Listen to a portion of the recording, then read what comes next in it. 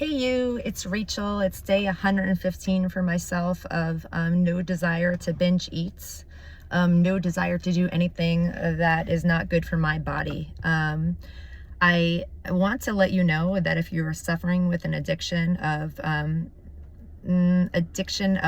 mouth, and what I mean by that is an addiction of bitterness, of jealousy, of the hearts, and corruption of the mind, that's an addiction that can stop today.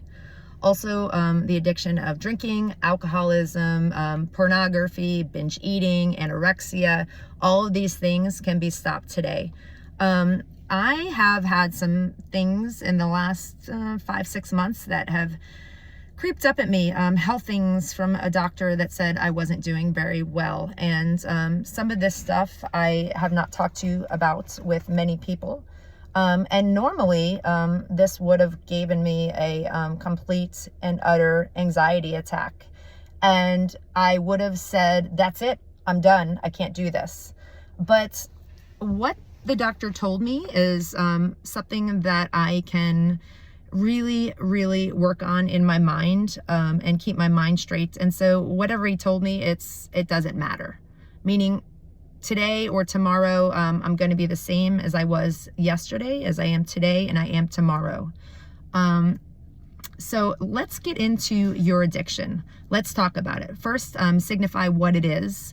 And what I'm an expert at, because since the age of 13, I've had it. I'm an expert at an eating disorder. I suffered with it every single day. I suffered with it without eating, and losing my mind for a little bit in 2012.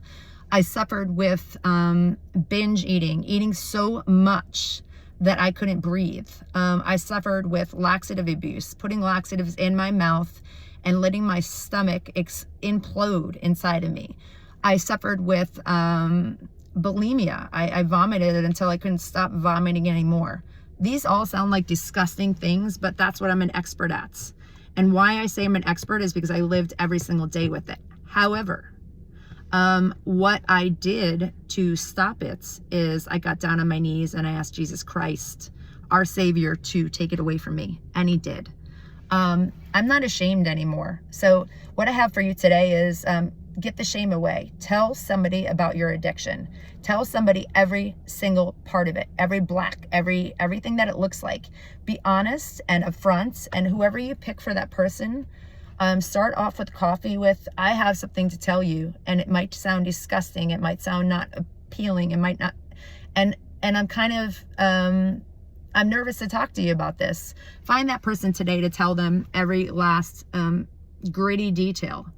And realize that inside of you, you have this inside of you to kick this addiction. And also realize your body, you only have one. And so treat it as an emergency. It's an emergency to be healthy. And also realize that the addiction you have, you're probably giving to somebody else. It's contagious. So cut off the addiction. How you can do that? You can do 10,000 steps a day.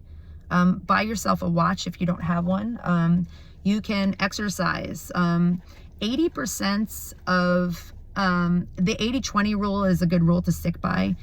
80% is what you put in your mouth. 20% is exercise for success in living a healthy lifestyle. So remember, 80% is what you put in your mouth. And also, I think it's the 80-20 rule with what you put in your mouth, but also what you put in your mind.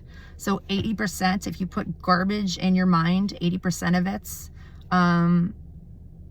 or in your mouth, it's garbage, or it's good. And so turn your day around by doing that. Hot water and hot tea, hot decaf coffee, something hot will remind you as soon as you drink it that to be aware, not to go towards the addiction. What else do I have for you? Just Ask First cards. KG was the one that gave those to me, and she sent that to me because she cared about me. Read the Just Ask First cards, and if you look through my podcast, you'll find out what they are from before, but you put something on little index cards that makes you feel uncomfortable to read. So you make about 7 to 8 of them, and just ask first before you do the addiction. Again, go back through my videos and you can find it. Also, what you can do is write yourself a letter, and write down what is tangible reasons to stop this, what you're doing, as well as how you feel when you're binge eating or taking the laxative or watching pornography. You're going to write it to Dear Rachel, Love Rachel, and you're going to have that letter in 3 to 4 different spots. So you can open it in the case, and this is an emergency if it's your body or your mind. And really realizing that you are an alcoholic, you have an eating disorder, you are addicted to whatever. This is real and this is true, and get gritty with it. And read the book of Timothy today. It really will give you some kind of perspective from Jesus Christ's perspective of running the race till you finish. And that is in Timothy, running the race of grace and things like that to overcome this addiction, and finishing the race. Because if you're stopping every single day and you're dealing with this addiction and it hasn't stopped, you're not finishing the race. I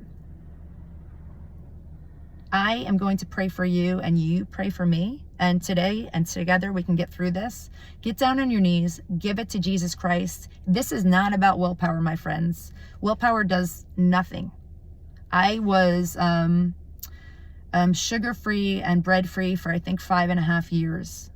And then the addiction and the binge eating and all of those horrible things came back, and it was like a tornado coming for my body, and I couldn't stop it. So I'm here to tell you, it's not willpower. It doesn't work. Get down on your knees. If you know me, text me, because I will help you. Peace be with you, and pray for the peace to be with me. I am 100% sure that with Jesus Christ, this eating disorder will never come back. He's the only way. He's the truth. He's the light. He is my Savior. And he died on a tree for us. Ask him. God bless you.